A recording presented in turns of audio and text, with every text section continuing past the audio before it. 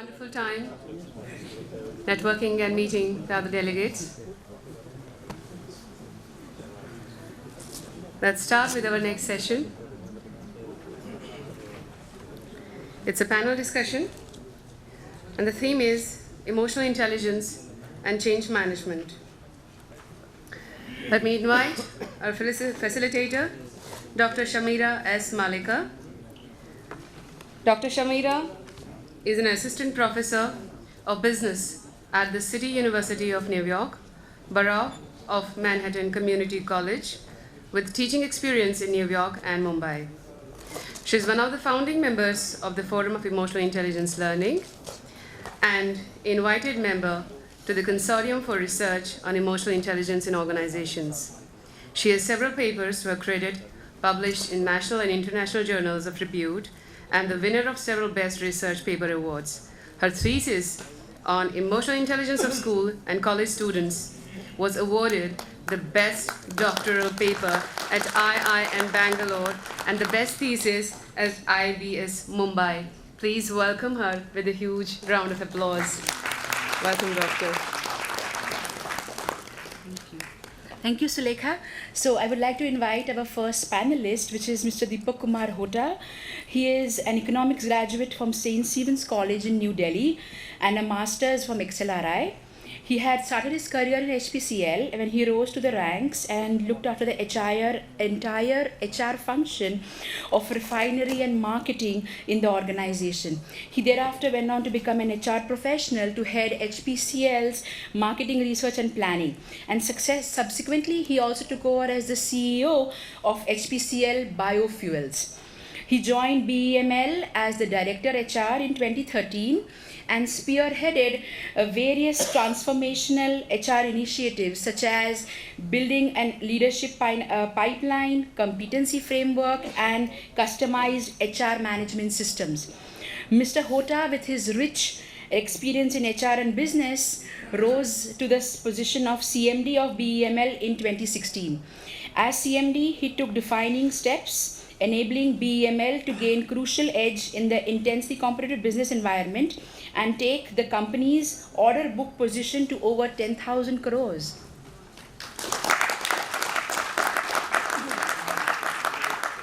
As he's coming up the dais, I would continue with his accolades. His Attitude business acumen has catapulted BEML to the top position in supplying metro coaches in the country against stiff competition from world's leading metro manufacturers. His untiring efforts has resulted in the company's ever achieving highest sales records as well. So he has won several awards as well, and also the NHRD award for the most seasoned HR professional of the year. Now I would like to call upon the second panelist, which is Mr. Adhika Ratna Shekhar, who is the director of Barmer Lorry and Company. He has over 30 years of experience in leading multicultural organizations in HR, industrial research and administration, with hands-on experience in talent acquisition, talent management, organizational development, learning and development, and change management initiatives. As we welcome him, yes, please have a seat. To continue with Mr. Adhika Ratna Shekhar, he is currently leading the HR and corporate affairs function in Barmer Lorry and under the Ministry of Petroleum and Natural Gas as director since May 2018. He has been holding several leadership positions in the HR function across the entire country. A seasoned professional, he firmly believes in diversity and change, that's what our theme is, as the drivers of business growth, which in turn is leveraged for the development of people capacity. So, welcome. Now I would like to invite our third speaker, Mr. Sumit Harjani, who is the Director India and Middle East, an alumni of IIM Bangalore and Mayo College Ajmer with over 15 years of experience nationally and internationally in talent management, consulting, training, as well as corporate sales. Mr. Sumit has been with Harvard Business Publishing School for the last 6 years and heads the corporate learning business for India and the Middle East. Prior to this role, Sumit was heading the delivery organization for HBP for Asia Pacific and the Middle East. Prior to HBP, Sumit was heading a leadership training business with leadership training and consulting for over 6 years, where he was managing the P&L for the profit and loss for the business nationally. He has a successful record of executing large projects, leadership facilitation workshops, corporate sales, managing key accounts, and leading teams. He has conducted various programs on topics such as key account management, coaching, negotiation skills, strategy, to name a few. So these are our three panelists for today. So welcome again. So what I'm planning to do is we are going to have all of you ask questions as well. So I would request you to take a notepad and write the question. You can put in your name, take a paper out of that notepad, write your name, and write in legible writing. What will happen is maybe I will collect from Dr. Nitin and give it to Vivek ji for reading. So the legibility should be there. Okay, so I would request all of you to participate in this panel discussion by asking questions from the audience as well. Okay, thank you. I will be walking in the audience and we'll be asking questions from the audience. Would you mind if I walk in the audience, please? Okay, now, oh, wonderful. That's nice. So English is a very funny language. Questions like, would you mind, can you please, is actually expecting the answer as a yes. Okay, it's just a very polite way of having work done. So ideally, I would have actually walked, but it's just a polite way of asking. Okay, the next thing is the first question, please. Can I have my question as a panelist? Okay, yesterday I was telling you a lot of stories. So today there'll be no stories right now, but I would like to tell you that all the theories are also present for today's topic, which is change management. There's a researcher called Friedrich Nietzsche, and he has mentioned that he who has a why can always bear a how. That's what he has said. Because typically, living by the standards of justice, living in and following faith, lead to a way. Basically, what they're trying to find out is accepting the inevitable is the key. And for change management, it is always required. Yes, so the first question is about change management. Did you have any incidences in your organization which you would want to relate and explain to our audience, please? So we could have all the three of you. Yes, please. Okay, thank you very much. And I too would like to walk. That's essentially, to see that all of us, we listen to each other. It's a very difficult time, when after lunch, after such a lovely lunch, you have to keep awake. It's a shame, actually. Shamira spoke of, when I say please, you are expected to say that yes. Now, these are the cultural differences. Now, imagine you are working for a multinational and you have a boss who's an American. You have a team of people who are maybe European, and you have a German there, you have a French guy there, and what each one of them are going to take it as is going to be different. And that is where you bring in the cultural aspect of change management. I was very fortunate in the previous company that I worked for, as well as the one that I'm working for now. We had embarked upon a change management exercise. And what was it essentially? We wanted to become more and more customer focused. We were an oil company and we wanted to improve our market share. We felt that we needed to be a little more customer focused. But what was the trigger point? And this is one insight I want to give you. The trigger point for the change management exercise in my previous company was when you had an outsider, come in as a CEO. Typically, when we are sitting in this room, we are used to the smell of the place, the feel of the place, the culture of the place, and we are in our comfort zones, and therefore we are where we are. It's only when somebody comes from outside, you realize the need for change. And that is how the change management exercise was embarked upon. I was very fortunate to have been part of it. the company decided to form a separate exclusive team. Typically, most companies who are very, heavy on the finance aspect, they would have asked an existing department to do the change management exercise. That did not happen. We were told, those of you who are interested to be part of this team, you may want to apply for it, and there was a selection process. Initially, it can be very nerve-wracking because you are part of an existing structure in the company, you are handling something substantial, you wield certain power, and then here you are, you have to, go and do certain namby-pamby change management. So there was a, time when we were feeling, "Arey bhai, kya ho gaya?" We felt we were getting bypassed, the rest of the people were moving up, and, Ashish would know what I'm referring to. But now when I look back, I think that has been one thing which has held me in good stead. All the people in that team, all of us, mostly, we left, and one of them is currently the CEO, the CMD of Hindustan Petroleum. He was part of the team that I was heading of change management. So you need to have a kind of a trigger for doing a change management exercise. Today, when change management exercises are embarked upon, you will find 70% of them fail.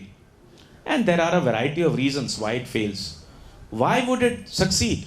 Even a thing like a 360 degrees feedback exercise, even a balanced scorecard exercise that we tried to do in the previous company, we know how many of such exercises actually succeed. It doesn't. We are in a comfort zone.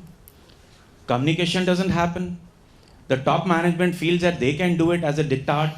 The more that you try to bamboozle, the more it comes back to you, and it becomes more difficult. So here we had a team. It was obviously cross-functional, because that time it was, the word cross-functional was a little fashionable. But, when you talk about diversity and cross-functionality, you will realize, there's something known as the old boys network.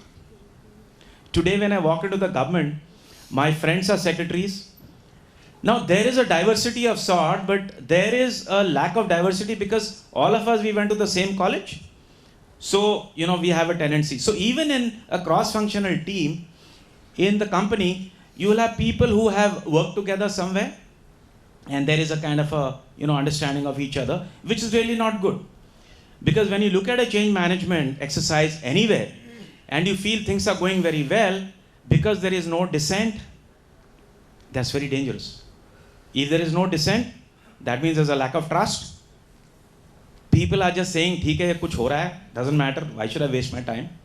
It is only when you have dissent, you realize that you're actually moving in the right direction. Dissent is very, very important for any change management exercise to succeed. But of course, the dissent has to be on a functional kind of a plane. Hi, Nitin. It has to be on a functional, related to the change management exercise. It cannot be that Ashish, is heading it and I have issues with him. It gets into personality issues. So that's one aspect. So I will just summarize the change management exercise that we did.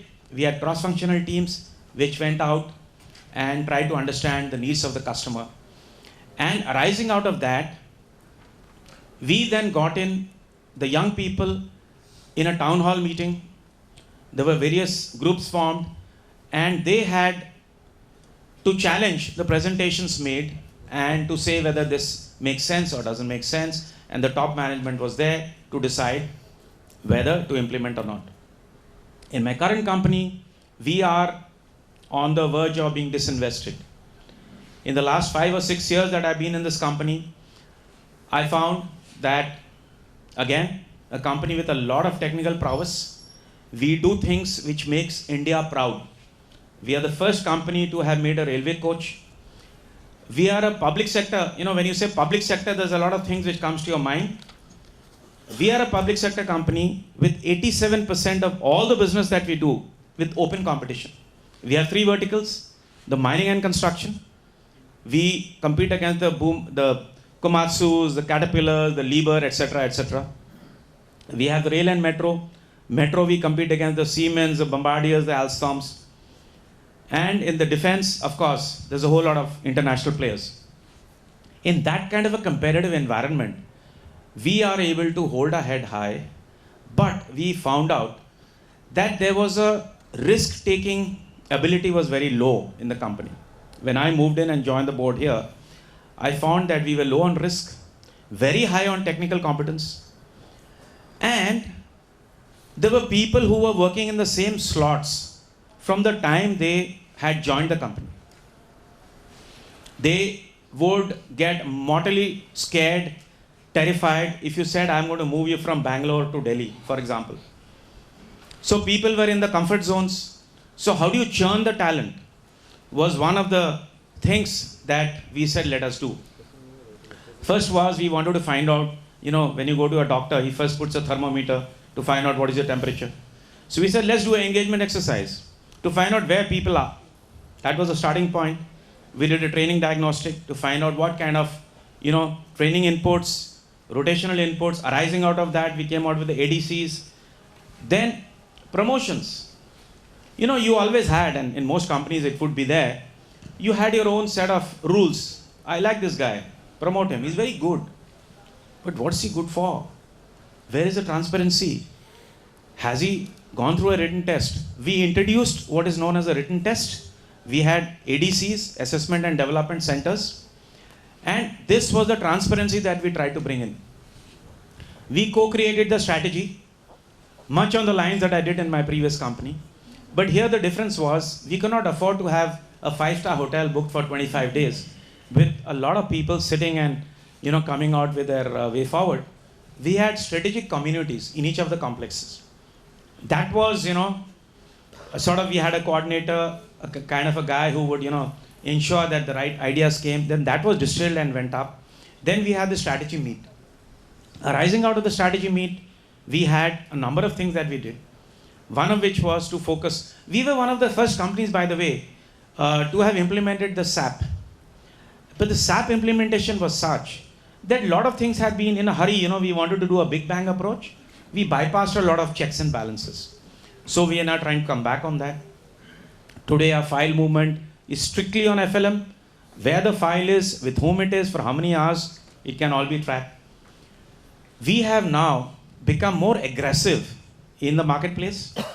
The case in point is recently we won a 500 coach order, the largest perhaps in the world, where we were less than 1% by the L2, which was a Chinese company.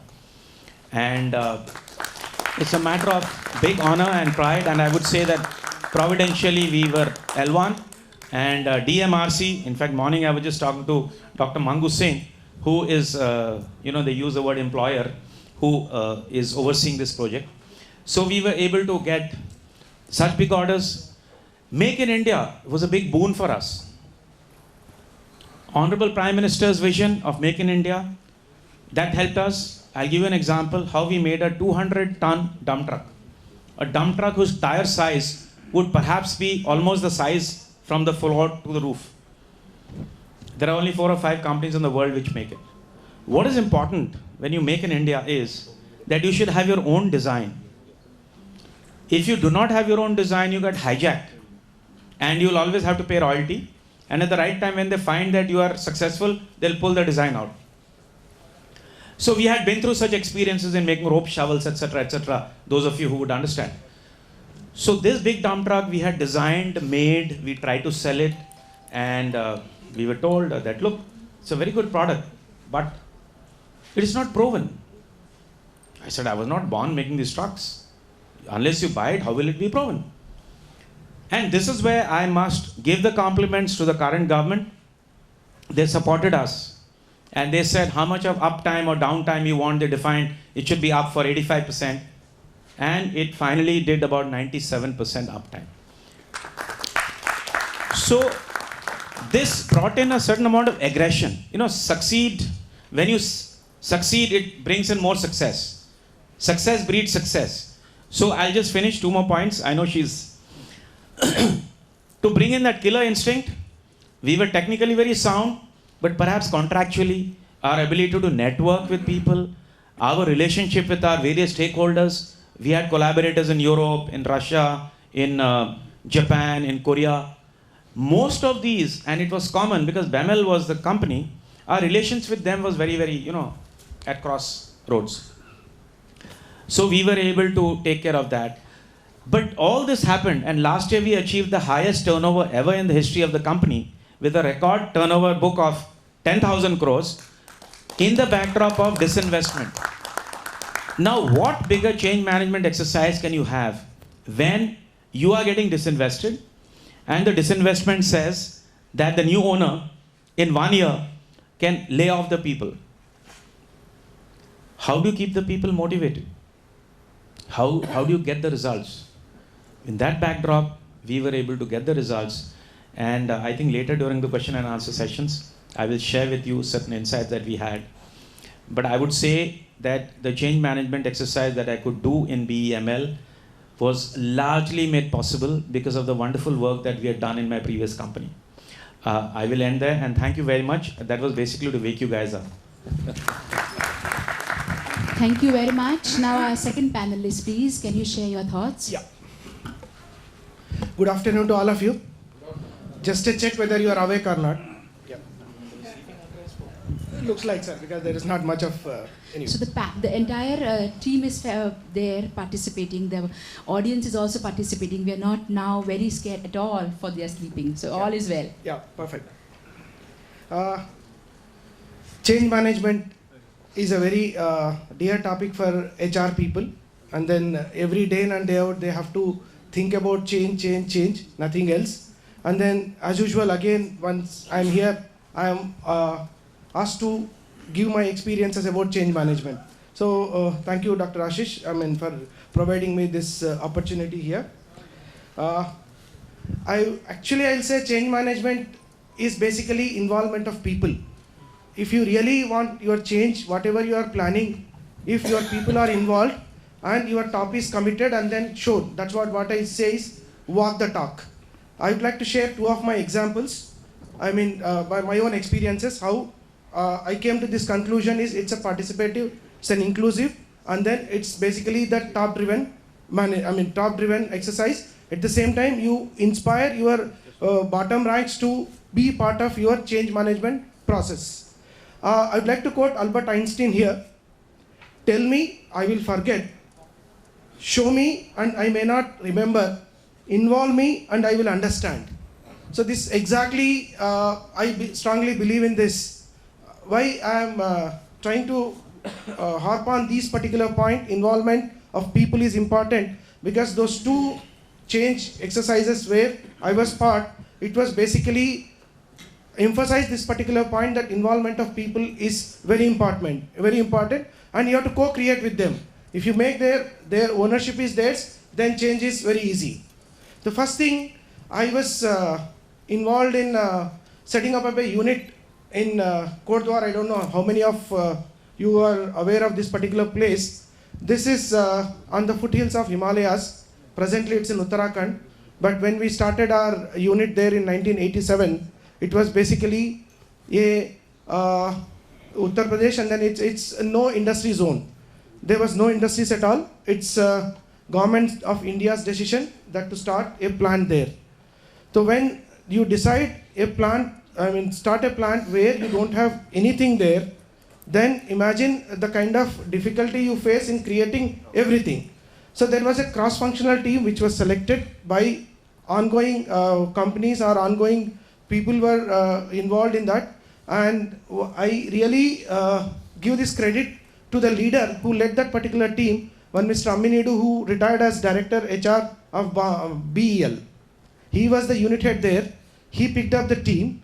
Then the kind of terrain we had there to establish a factory, it was a humongous task.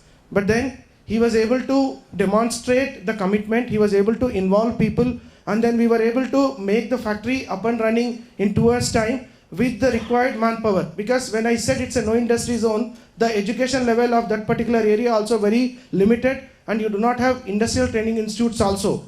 Then this cross-functional team under his leadership, we said, how do we fill this particular human resource gap? Then we came out that we select people, especially we are into electronics industry there, it's a PCB board assembly where their finger dexterity is very important. So it is proven that female finger dexterity is much higher than the male. So what we did is we have called for people who passed SSLC and above 18 years of age, then selected them based on a DGST test, selected people and brought them for training. We have trained them and then we were able to fill the needs. This is one particular thing I am trying to tell you, because there are a lot of things which went into that, but my main point is basically the change management is top driven and it is involved of all the stakeholders, and then it was very smooth in creating and establishing that particular unit, apart from whatever the stringent processes, procedures you have to follow in a public sector. Then I'll come back to you one more, my experience of GMR Airport. It was very painstaking because Begumpet Airport was up and running, and I was associated with establishing GMR Airport also, and shifting the operations from Begumpet Airport to GMR Airport. It's not only one particular thing. You might think, people from outside, it's very simple job. But please, I've undergone that particular pain. It is not at all simple. You have a lot of issues to be solved, right from your ATC, what you call air traffic control, to your trolley wala, because it's a basically the kind of stakeholders involved is number of stakeholders are more there, but we were able to manage everything smoothly. And then because here also again the managing director, who's son of Grandi Mallikarjun Rao, stood behind us, and I still remember the day we first started the operation. The first flight landed in Shamshabad Airport is Lufthansa, where they have a water cannon welcome, and then my MD was standing at the belt to ensure that the baggage which is coming from the aircraft is reached on time, and then he was picking up the baggage and then giving it to the passenger. So see the kind of commitment the top demonstrates, and that's what I am trying to explain you. Basically, you need to do the walk the talk, and then you also behind of your people and be inclusive of them, then change management is possible. Yeah. Yes, thank you so much. Before we come to the third person, let me just summarize by saying that yes, the strong forgive, the weak revenge, however the intelligent ignore. So yeah, that could be one of the key aspects for change. Very good. Thank you so much. Now the third panelist, Sure, please. thank you. It's always very difficult to go in the end because pretty much all your points are covered. But what I'm going to do is try and shed some light from a different perspective. I represent corporate learning, the leadership business for Harvard Business School, and we get to work with organizations like pretty much everyone sitting here. I'll perhaps share 2 or 3 insights on experiences where change management has been successful and perhaps where it has been a failure. And probably build on what the 2 esteemed leaders just rightly mentioned right now. So one example of a change management initiative, it's actually one of the top companies in the country. They were going through a massive change management, actually bigger word, they were going through a transformation. The key insight that came out was everybody talks about alignment. It was a 500,000 stakeholders, employees, blah, blah, blah, blah, blah. And everybody talks about how do I align the last man on the floor. But you know what the real learning was? The real learning was the most important aspect is how do you align CEO -1, the top 40 leaders. And I know it's almost obvious, but the learning there was if the CEO could align the next 40 leaders, and he had 40 leaders, if they were in it, then the possibility of getting this to a success was far higher. But that wasn't easy, because what they did was they were not entirely sure if that direction was the right direction to take. That organization got the top 40 leaders, got in a room for 3 days and said, you know what guys, let's debate it as much as we want. Let's fight to death inside the room. But when we go outside this room after 3 days, it's going to be one voice. There we can't look like, I don't think that's right, I think that's wrong. So let's sort it out here. Now that's easier said than done. It requires crazy amount of psychological safety. Sir spoke about dissent. It's very difficult to get that level of psychological safety that I'm going to fight with my boss and ensure arguments are done, discussions are done. But when we go out, let's be sure that we are aligned. As a matter of fact, they almost came to a conclusion. If people believe this is not the right direction, it's okay for you to leave the ship. Now that sounds a little dramatic, but that's the only way a change management initiative can be really successful. So that's kind of point one.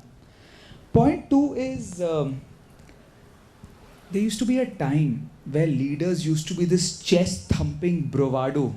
I have all the answers in the world. Those days are gone. At Harvard Business School in Boston, there is a separate unit which only works on future of work, whose only reasons for existence is what capabilities will we need to learn to survive in this world. Simply, imagine a multi-million-dollar entity only doing research on what will it take to be successful. The capability that comes across is controlling leaders, bravado leaders who have all the answers will not really survive. Leaders, it's absolutely fine to not have the answers. Show the vulnerability by saying, let's figure it out. I don't have the answers. You don't have the answers. Let's figure it out. And that's a really important mindset shift for change management or any kind of leadership.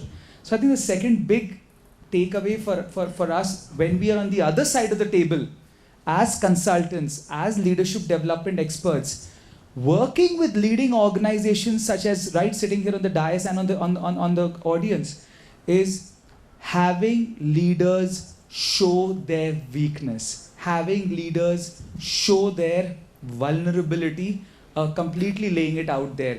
In fact, that actually makes the leader far more powerful. And my last point on this, there is nothing like over communication in a change management initiative. Even at the cost of repeating it 100 times in every town hall, every meeting, almost sounding like a recorded tape. Communication is the lifeline of change management, and every leader would do that every single time. So I can't talk enough about the importance of over communication, but that's how important communication is into any change management. Back to you. Ooh la la, that was wonderful answer of the first question by everyone. Thank you so much. I would like to just summarize this question with a story again. So please, yesterday also we had a lot of stories, but yes, if you want the theory, this is the book, please. The story is about a Holocaust survivor who is a 90-year-old lady whose book recently became a bestseller. Anyone can guess? The name of the book was Choice. The name of the author is Edith Eger. And her mother, father and sister in May 1944 were transported to the concentration camp in Auschwitz. Her parents were murdered, and with astonishing courage, she and her sister Magda actually survived the camp. When American soldiers finally lifted her from the heap of bodies, she had typhoid fever, pneumonia, and a broken back. After a year, her body had healed, and she married, but her mind, it took a much longer time, because healing of the mind always takes longer. Eventually, that became her vocation when she moved to the United States, where she lived. And she became, you're right, she became a psychotherapist. What her mother said to her, she never forgot. Her mother said, "We do not know where we are going and what would happen.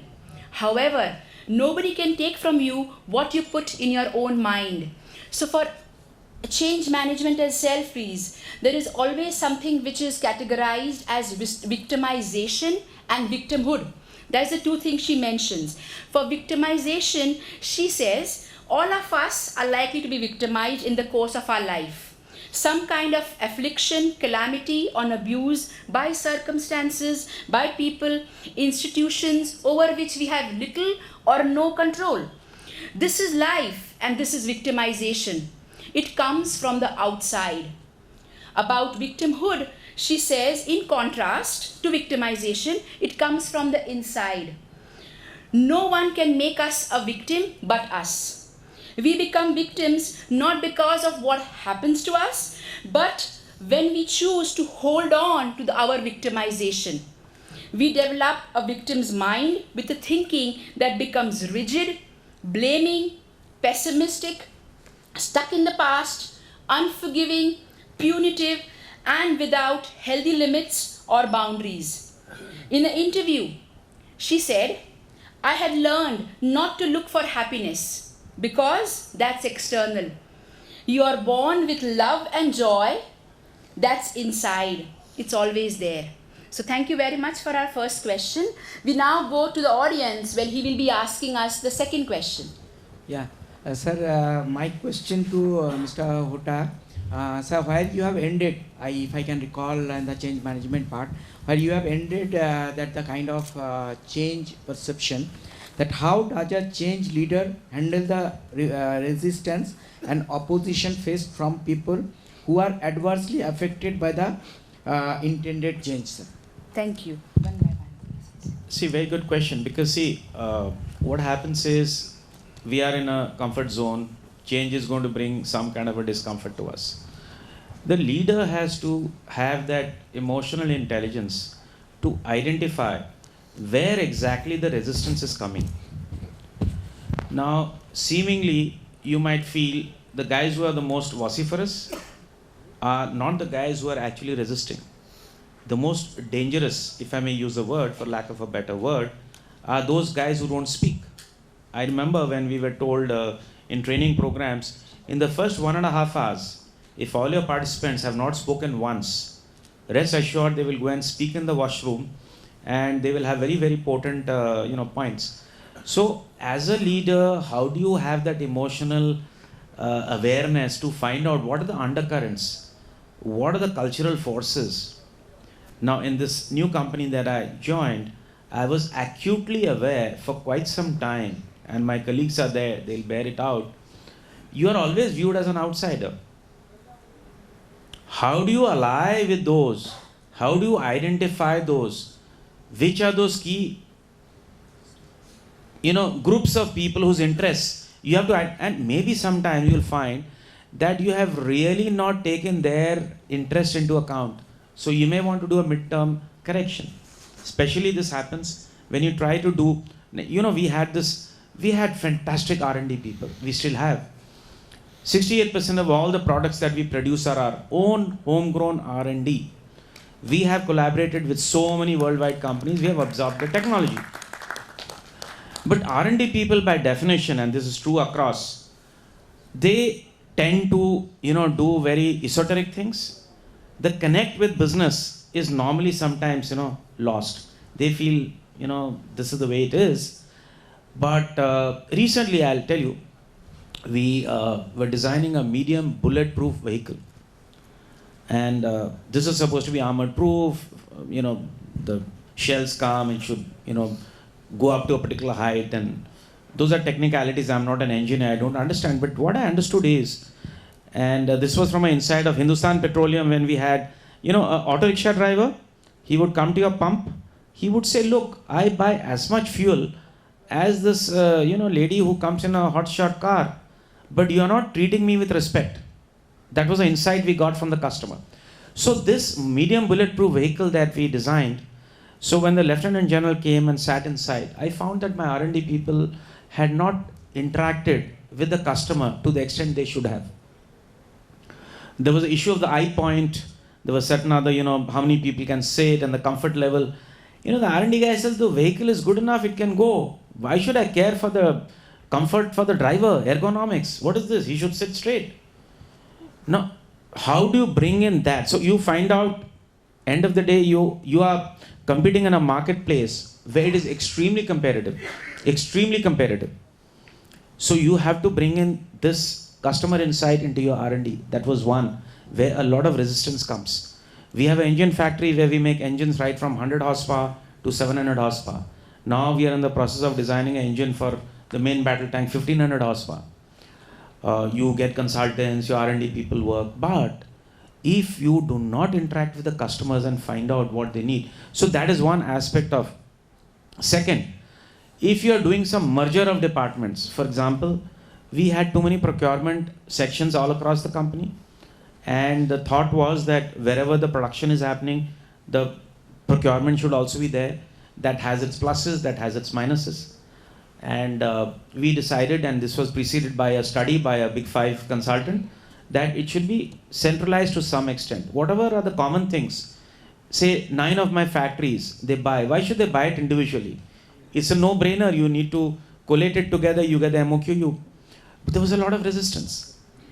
And some of them we found were for reasons which was personal, issues with people. So, finding, but it's, the harder you push, and this is my favorite with Ashish. He used to draw in my previous group, he used to draw the system thinking diagrams. And he would say, sir, these are the high leverage action points. Here, if you push more, and I think Sumit spoke of this bravado leaders. These bravado leaders are a thing of the past. The harder you push, the harder the system will push back, and soon you'll find that you're out of it. I think these are some of the perspectives I thought I could. Thank you. Yes, thank you so much. We look at the second panelist, please. What are your comments? I mean, as Mr. Hota said, that dissent is very important. But then dissent has to be constructive. If I'm taking cue from the first, where he started his talk.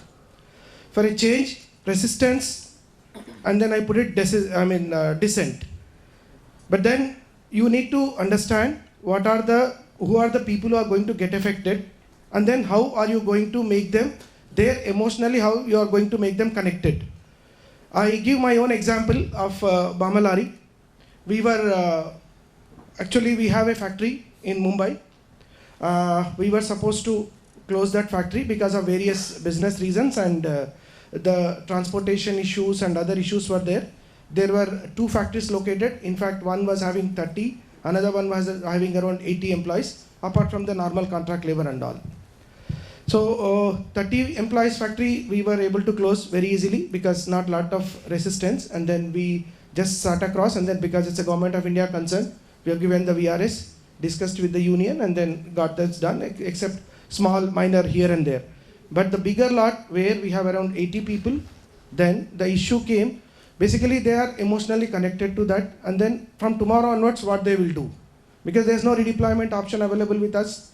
So then their demands have gone up. They have actually had outside union leaders with them. They started asking for 30 lakhs, 40 lakhs apart from the VRS, which is just not possible. So the only way is educate them. Make them aware. We cannot continue this factory, and then if at all we continue this, it will be loss making, and then which will be affecting all of the entire company. And then if you do not accept this VRS, then there is no other option for us but then give a closer compensation, which is much lesser than what it would have been in the normal course of VRS. Then we had to shell out little extra here and there, but then basically what my experience says, you need to connect emotionally with them, you need to understand their emotions, and then you need to basically explain them, you need to educate them that why you are asking for a sky, why it is not possible, or any resistance for any change. If you are able to reason out with proper logic, then the dissent can be converted at your side, and then you will be able to see that change will be coming through, and then we will be able to achieve our goals. That's what my take on this. Thank you so much. I know the question was for Mr. Hota, but perhaps All of them. quick comment to their question. Question is, so how do you engage with a person who's showing dissent not dissent, but resisting to that change? I think perhaps a few comments adding to everything that's already being said. Number one, I think when people resist to a change, there is a reason. A lot of people land up figuring out symptomatically what's happening, but I think it's very important to get into the reason of the why. And if we can engage the employee on the why, I think that's really important. That's one. Second is engaging with the heart and the mind. I think the rational and also what's in it for me. I can talk forever about the big vision for the firm, but that's all fine. How does it impact my life as an employee? I think that connect needs to be made. A real, genuine, heart-to-heart conversation is extremely important but very rare. It can come across as pretense, it can come across as not being authentic. You can't talk enough about authentic leadership. I mean, it's completely connected to emotional intelligence.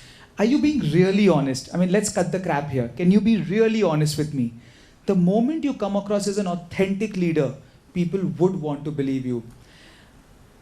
After being patient on a change management initiative, you know what? There has to be a cutoff time. Either you're in or you're out. If 4 months down the line, in a 1-year change management initiative, there are some people who are still resisting that change, you got to take hard calls.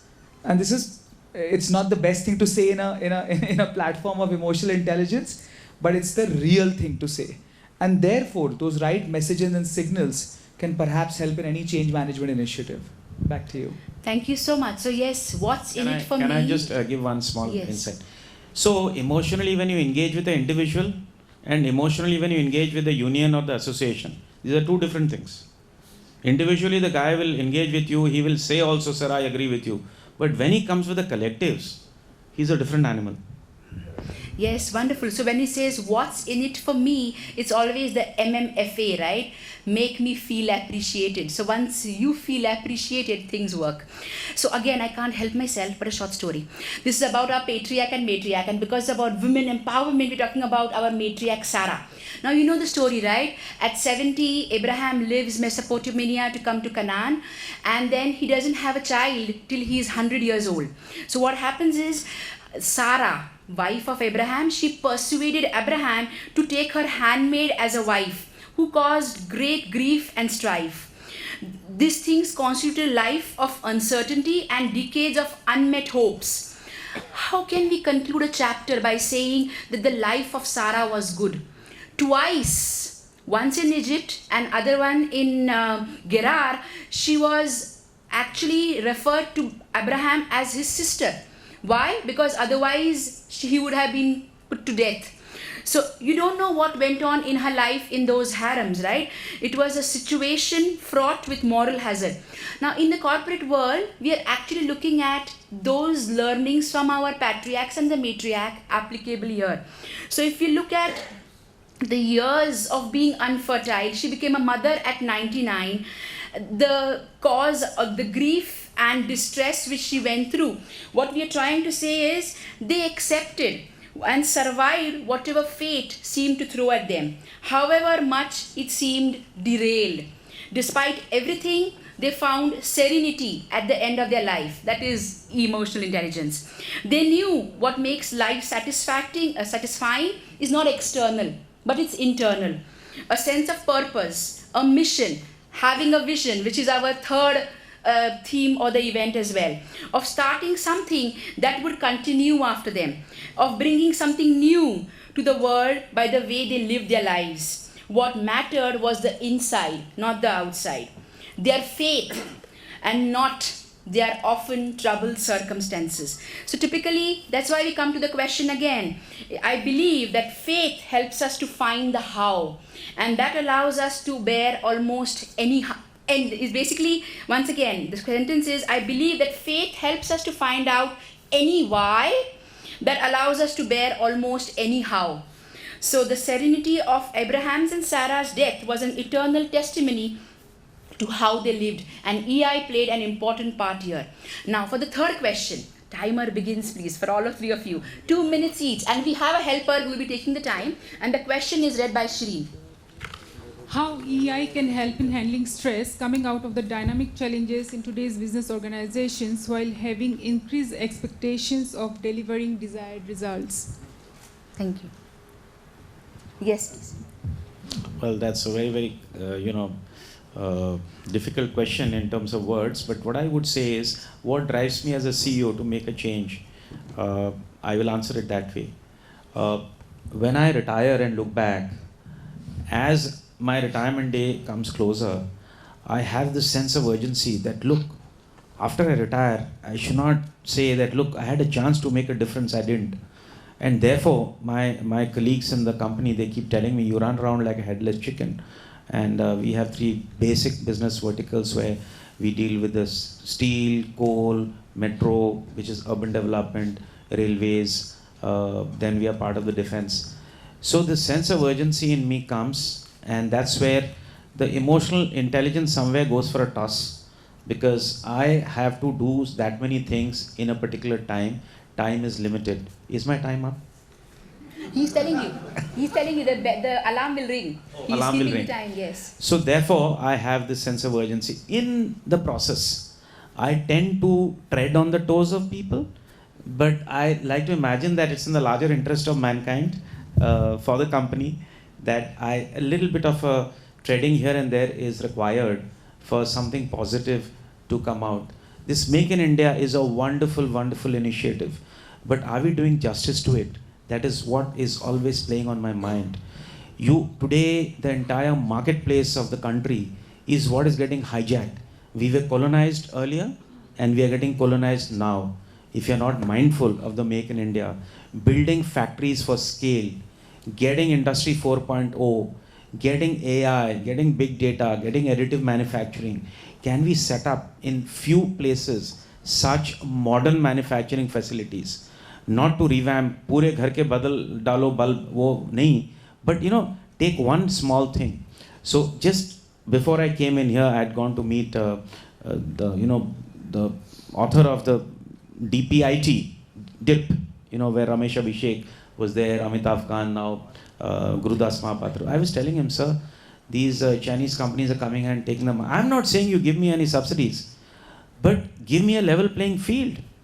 I have mining equipments which has an indigenization content of 90%, but all the bodies, I don't want to name them, trade bodies, they are all hijacked by private interests, and they say 10%, 20%, 30% is okay. We don't want 90% indigenization. As a result, what happens? The manufacturing which is there for that company in India, they source it from China. They give it to me against rupee payment. So if it is rupee payment, it's considered as Make in India, which is pseudo manufacturing of sorts. So I think, the larger message I want to give to all of you, and I will end here, is this Make in India is very important. Otherwise, we'll become again colonized. My time is still not up. 2 minutes. No, it's up. Oh, sorry. Sorry. To me, the question, the answer is there in itself in the question. The researchers already proved that one of the top skills which are required if I am going for a talent acquisition, I will look for emotional quotient or emotional intelligence. That's what is replacing your intelligence quotient now. So that means you are required to manage not only your own emotions but your people's emotions. So therefore, you are able to put as a team and then take it forward.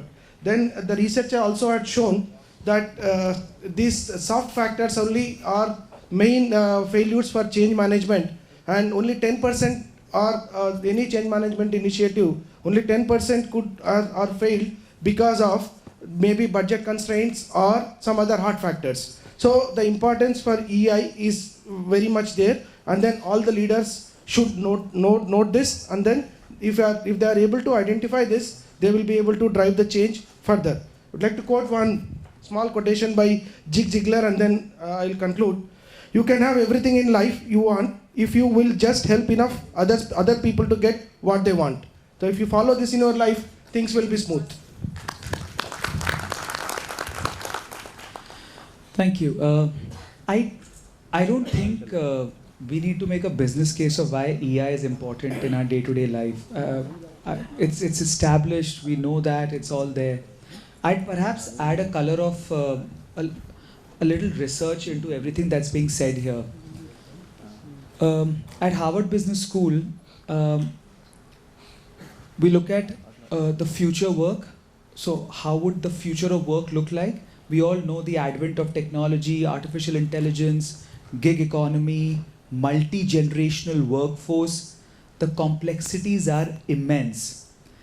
I'd probably summarize my point by talking about 4 capabilities that are required for people to be successful, and all 4 are completely related to emotional intelligence.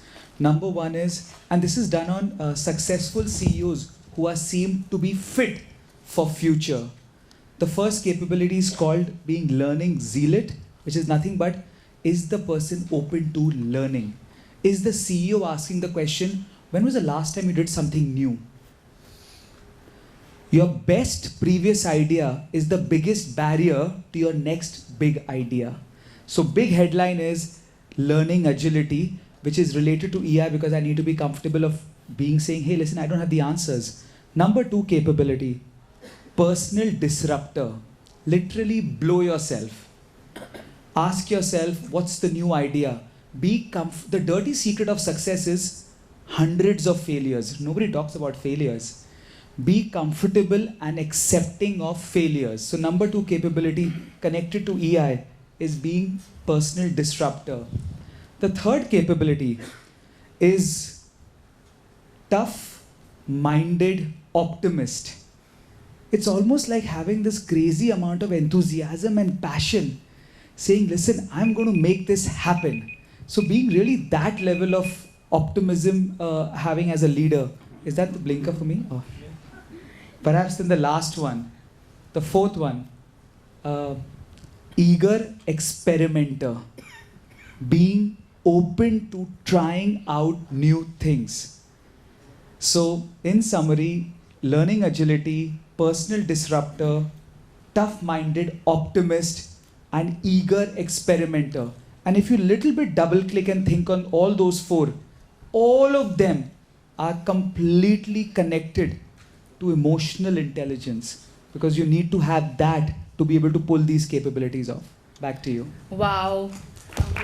Wonderfully answered, please. So we have more questions, but time is up. So after your felicitation, we will have tea, and then the audience can continue to talk to them. They will be joining us for tea as well after their felicitation is done. So thank you so much for your cooperation, and we look forward to meeting you all again after tea.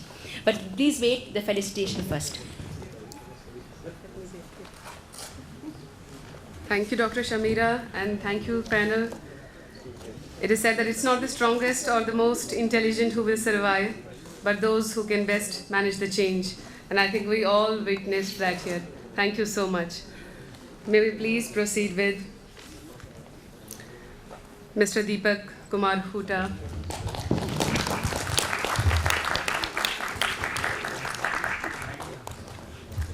Mr. Adhika Ratnashekar, sorry sir. Mr. Sumit Harjani.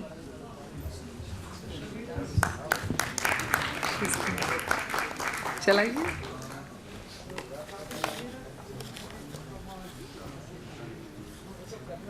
Wait, let me.